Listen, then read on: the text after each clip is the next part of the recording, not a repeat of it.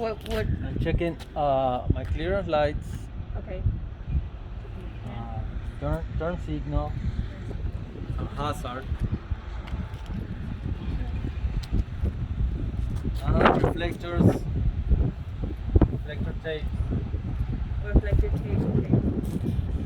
They are properly mounted and secure at the proper color. Amber from the rear tire to the front, and red from the rear tire to the back. Google sign, emergency exit signs are properly displayed.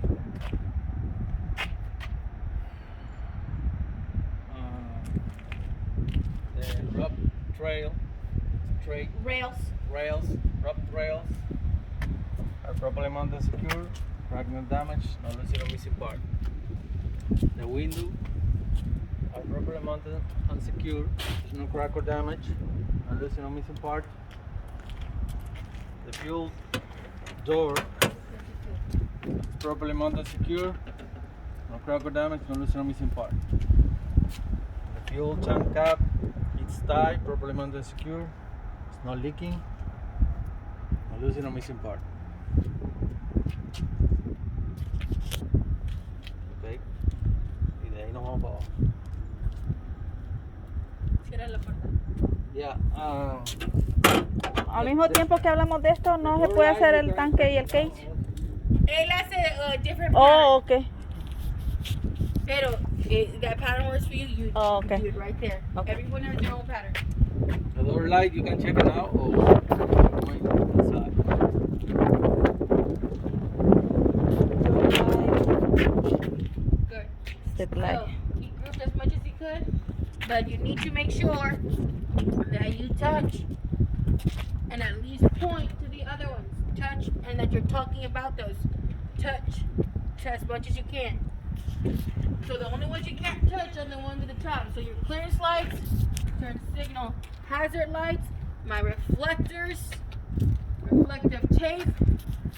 It's in place, securely fastened, not cracked, damaged, or broken, no loose or missing parts. My emergency exit and school bus is properly displayed. My windows, not cracked, damaged, or broken, no loose or missing parts. My rub rails are in place, not cracked, damaged, or broken, no loose or missing parts.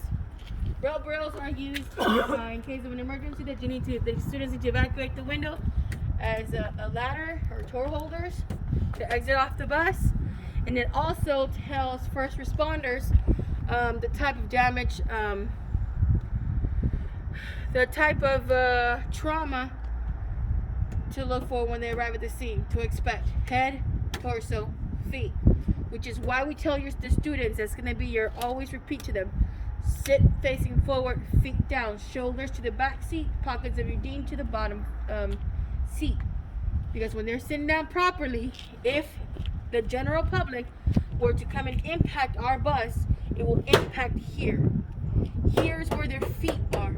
So the inertia, the impact, the hit will go below their feet. They will not feel it. Their body will not feel it. Only if they're seated properly, which is why we constantly repeat it. Stay out of the aisle. Stay inside your seat. Their seat compartment is what protects them. That's their seat belt. So they're sitting face forward.